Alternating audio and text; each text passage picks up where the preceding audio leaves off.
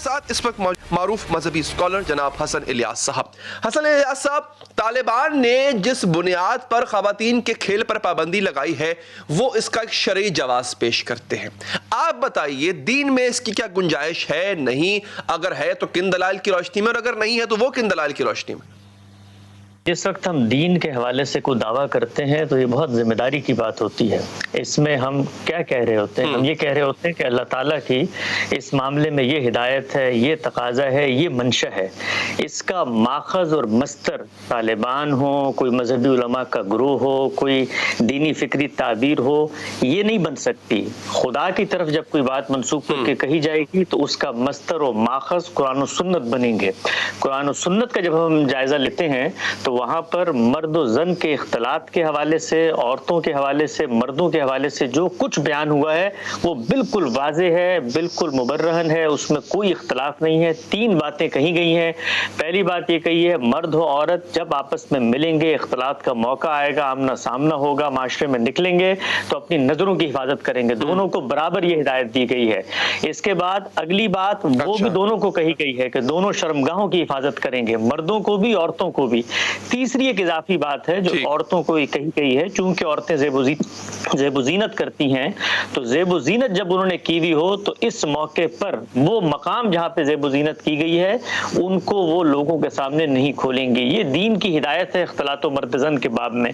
اس کے بعد کوئی شخص آگے بڑھ کے کہتا ہے کہ اللہ کے پیغمبر نے جو ایک روایت قائم کی ہے، جو ایک معاشرت قائم کی ہے، اس میں دین کی اس ہدایت پر عمل کرنے کا ایک اسوہ سامنے آتا ہے. لہٰذا اللہ کی اس ہدایت کو شرمگاہوں کی حفاظت، اس کے متعلقات، اس کے مقدمات کی حفاظت تک لے جانا چاہیے.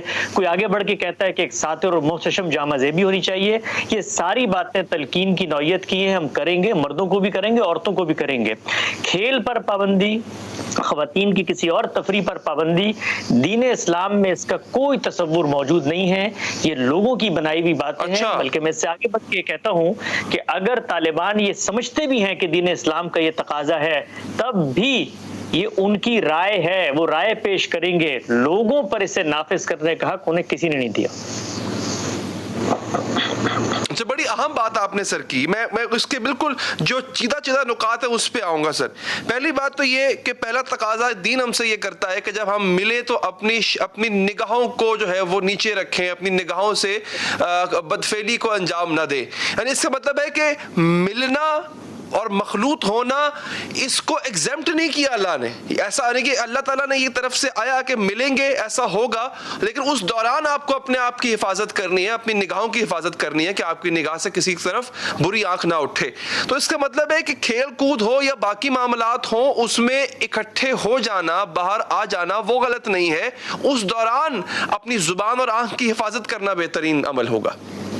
بالکل ایسے ہی، بالکل صحیح آپ نے نتیجہ خاص کیا کہ اگر دین نے ان کو ممنوع قرار دینا ہوتا تو پھر یہ آداب بتانے کی کیا ضرورت تھی. یہ آداب تو بتائے ہی اس وقت جائیں گے جب ایک کوئی مباح چیز، جائز چیز، وہ چیز جو عملاً دین چاہتا ہے کہ ہو اور ہوگی، اس کے بعد یہ کہا جائے گا کہ جب آپ یہ کریں تو تب آپ نے ان چیزوں کا خیال رکھنا ہے. اور یہ جو خیال رکھنے کی بات ہے یہ یوں نہیں ہے کہ آپ نے نظریں جھکانی ہے اور اس کے بعد ایک دوسرے کو دیکھنا نہیں ہے اور ٹھوکر کھا کے گر جانی ہے. نگاہوں میں شرم ہو، حیا ہو، خد و خال کا جائزہ لینے والی نگاہ نہ ہو، ایک دوسرے کو تاڑنے والی نگاہ نہ ہو، حیا واقفہ والی نگاہ نہ ہو. یعنی یہ سب چیزیں وہ ہیں جن کو ہم اخلاقی تعلیمات سے تعبیر کرتے ہیں، لوگوں کو توجہ دلاتے ہیں. اختلاط ہوگا، انسان ہیں، معاشرے میں جیتے ہیں، ملتے ہیں، جلتے ہیں. میں یہاں پر یہ بات بھی وضاحت کر دوں کہ یہ جو ہمیں آج کل ایک تعبیر نظر آتی ہے بالخصوص بر صغیر میں قدیم علماء کی جانب سے، طالبان کی جانب سے، خواتین کے حوالے سے، عہد نبوی کا اگر آپ جائزہ لیں تو وہ اس سے بالکل مختلف ہے. وہاں پر خواتین نکل بھی رہی ہیں، کام بھی کر رہی ہیں، زراعت کا کام بھی کر رہی ہیں، اسی طریقے سے کاروبار بھی کر رہی ہیں، ان کے کھیل کود کی مجالس بھی ہو رہی ہیں. خود رسالت مآب صلی اللہ علیہ وسلم سیدہ عائشہ کو لے کر گئے ہیں اور لے جا کر حبشیوں کا وہ رقص دکھایا ہے جو جہاں پر لوگ کارنامے کرتب کر رہے ہوتے ہیں.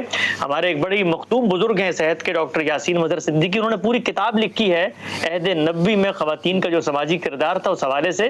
تو یہ بر صغیر کی ایک تعبیر ہے جس میں عورتوں کو پالکی میں بٹھا کر اور عورتوں کو برقعے اور حجاب اور نقاب اڑا کر آپ یہ دعویٰ کرتے ہیں کہ ان کے اوپر تو گھروں میں بیٹھنا لازم ہے، یہ کھیل کود نہیں کر سکتی. دین اسلام میں ایسی کوئی بات سرے سے مذکور نہیں ہے.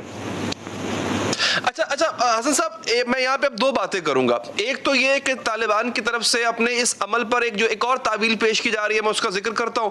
آپ نے ذکر کیا ام المومنین حضرت عائشہ کا، تو وہ اپنے شوہر کے ساتھ گئیں. وہاں پر دلیل یہ آتی ہے کہ جناب وہ چونکہ اپنے شوہر کے ساتھ گئی تھی، محرم کے ساتھ نہیں گئی تھی، اور کھیل کود میں خود شرکت نہیں کی بلکہ کھیل کود انہوں نے اس کو دیکھا. ایک دوسرا، یہ جو طالبان تعویل پیش کرتے ہیں وہ یہ کہتے ہیں کہ یہ ایک غیر ضروری عمل ہے.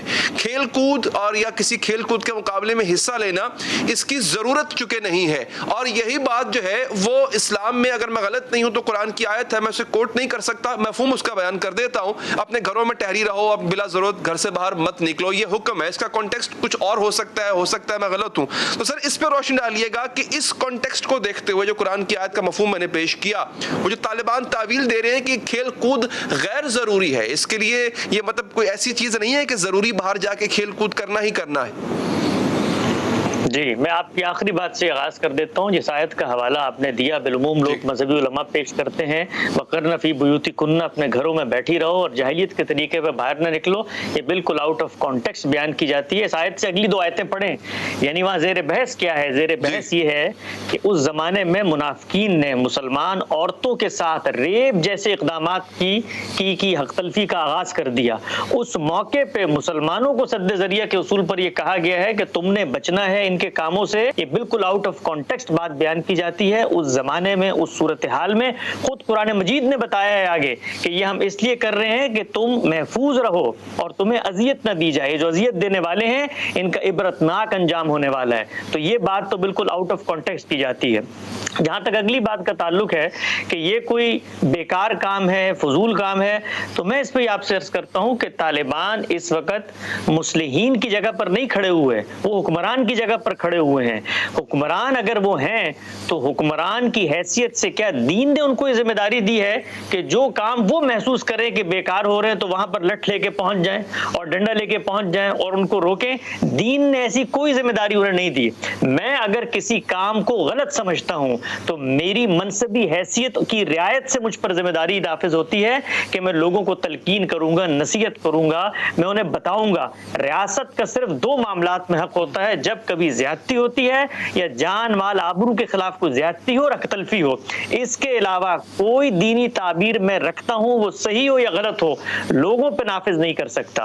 تیسری بات یہ ہے کہ لیکن اگر حاکم وقت امر بالمعروف اور نہی عن المنکر کو اپنے اوپر صادق کرے، کیونکہ وہ حاکم وقت ہے اور شریعت کا نفاذ بھی اس کی ذمہ داریوں میں سے ہے، تو کیا پھر وہ ایسا نہیں حکم صادر نہیں کر سکتا؟ شریعت نے جو احکام نظم اجتماعی کو دیے ہیں وہ متعین ہیں، وہ موجود ہیں. جب کبھی بھی ہم شریعت کے کسی حکم کو لوگوں پر نافذ کروانا چاہتے ہیں تو پہلے ہمیں یہ دلیل دینی پڑے گی کہ قرآن مجید نے ہمیں یہ ہدایت کی ہے کہ اس کام کو تم نے کرنا ہے. شریعت پر عمل درآمد ہوتا ہے، حکمران بھی عمل کرتے ہیں، عوام بھی عمل کرتے ہیں. پہلی چیز اس کو سمجھنا چاہیے کہ یہ کوئی خلاف شریعت معاملہ ہی نہیں ہے. اور دوسری بات یہ کہ اگر کوئی سمجھتا ہے خلاف شریعت معاملہ ہے تو یہ لوگوں سے متعلق ہدایت ہے. اگر آپ یہ سمجھتے ہیں کہ قرآن نے کہا ہے کہ عورتوں کو باہر نہیں نکلنا، تو عورتوں کو کہا ہے، عورتوں نے اس پہ عمل کرنا ہے. عورتیں عمل نہیں کریں گی تو اللہ کو جواب دہ ہوں گی. مجھے یہ حق نہیں پہنچتا کہ میں لوگوں کے ذاتی معاملات میں، اور یہ حق میں صرف طالبان کے لیے نہیں کہتا، چین کی حکومت کو بھی نہیں پہنچتا، فرانس کی حکومت کو بھی نہیں پہنچتا، کہ وہ لوگوں کے ذاتی معاملات میں کوئی نقاب اوڑھ کے نکلتا ہے، کوئی برقع پہن کے کھیلتا ہے، کوئی پینٹ شرٹ پہن کے کھیلتا ہے، مجھے حق نہیں ہے کہ میں اس کو روکوں. کیوں حق نہیں ہے؟ اس لیے کہ دین کی یہ ہدایت جو کچھ بھی تھی وہ بندے سے متعلق تھی، اس نے اس پہ عمل کرنا تھا. ریاست کی جورسڈکشن، جان مال آبرو کے خلاف زیادتی اور لوگوں کی حق تلفی، اس سے بات شروع ہوتی ہے. اگر کوئی کسی کی حق تلفی کرتا ہے تو آگے آپ آئیں گے، ورنہ آپ کسی کو نہیں روک سکتے. اچھا حسن صاحب، آپ کی گفتگو سے کافی کلیئرٹی ہوئی ہے، کافی کنفیوژن